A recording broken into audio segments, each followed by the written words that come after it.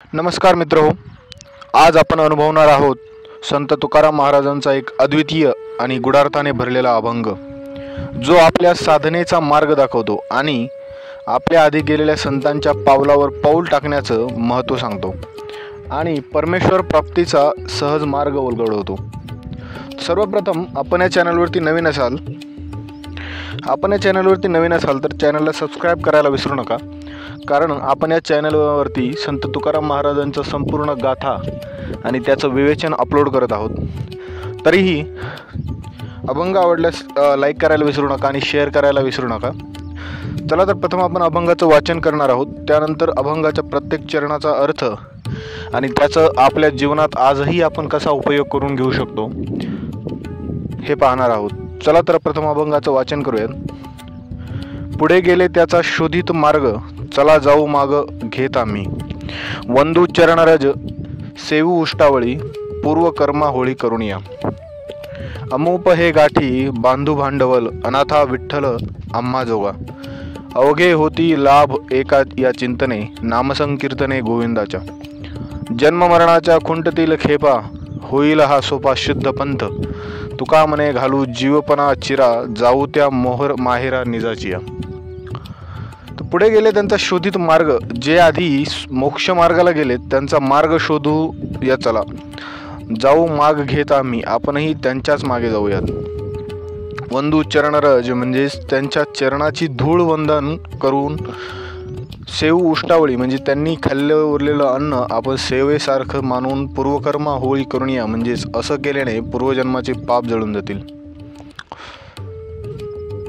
अमूप हे गाठी बांधू भांडवल म्हणजे हे विठ्ठल नाम अमोल धन आहे, आपण गाठीला बांधू या। अनंत विठ्ठल आम्हा जोगा म्हणजेच विठ्ठल हा अनंतांचा आधार आहे, आम्हा योग्यांचा खरा धन आहे।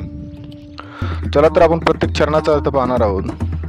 तर मित्रांनो, हा अभंग म्हणजे आध्यात्मिक यात्रेचा नकाशा आहे। या अभंगात तुकाराम महाराज आपल्याला सांगतात की ज्यांनी आधी परमेश्वर प्राप्ती केली, ज्यांनी आध्यात्मिक प्रगती साधली, त्यांच्या पावलावर पाऊल टाकून आपणही पुढे जायला पाहिजे।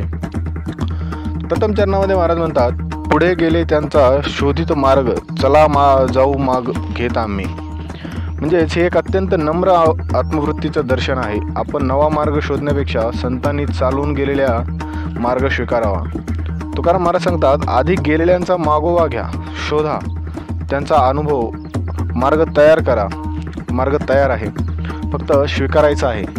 जीवनातही आपण सक्सेसफुल झालेल्या लोकांचा किंवा ज्यांनी जीवनात खूप काही मिळवलेलं आहे, अशा लोकांनी काय काय कष्ट घेतले, कोणत्या मार्गाने गेले हे समजून घेऊन आपणही त्या मार्गाने जाऊ शकतो। जसं एखादा वर्गामध्ये प्रथम क्रमांक पटकावलेल्या विद्यार्थ्याचं अनुकरण करून दुसरे विद्यार्थी देखील प्रथम क्रमांक पटकवू शकतात किंवा त्यांच्या शैक्षणिक जीवनामध्ये किंवा त्यांच्या व्यावसायिक जीवनामध्ये यश प्राप्त करू शकतात।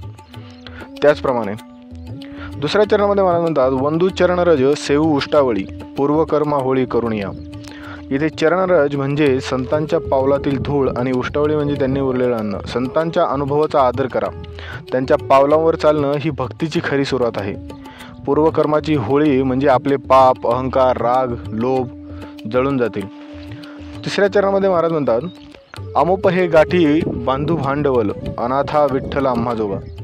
या भक्तीचा मुख्य खजिना म्हणजे विठ्ठल नाम आहे, ते अमोल आहे। संत आपल्याला शिकवतात की पैशाचं भांडवल नसून नामाचं भांडवल ठेवा, हीच तर खरी संपत्ती आहे।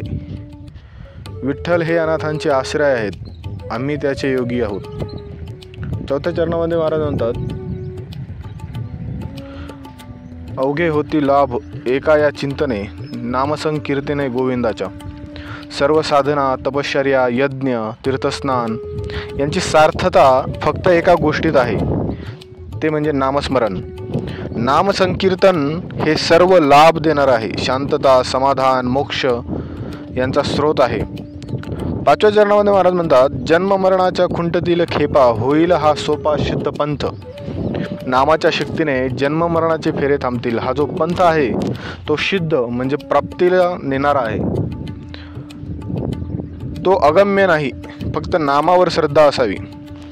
तुकाराम म्हणे, घालू जीवपणा चिरा, जाऊ त्या माहेरा निजाचिया। देहाभिमान, अहंकार, मीपणा यांचा अंत करून तुकाराम महाराज म्हणतात, आपण माहेरी म्हणजे आपल्या मूळ आत्मस्वरूपात जाऊया. हीच खरी परतफेड आहे, आत्मस्वरूपाकडे परत जाणं. या अभंगात आणि नारद भक्तिसूत्र यांचे विचार प्रतिबिंबित होतात. मनमना भव भगवतो मध्याजी मा नमस्कुरू. मन माझ्यात लाव, माझा भक्त हो आणि माझं चिंतन करत राहा, असं भगवान श्रीकृष्ण सांगतात. तसंच तुकाराम महाराज विठ्ठल चिंतनाच्या मार्गाने परमोच्च प्राप्ती सांगतात. आजही अनेक जण नवनवीन आध्यात्मिक पंथ शोधतात, पण संतांचा मार्ग सोपा, सरळ आणि सिद्ध आहे. अनुभवाने सिद्ध मार्ग स्वीकारा. त्यासाठी अहंकाराचा त्याग, नम्रता आणि नामस्मरण हवे.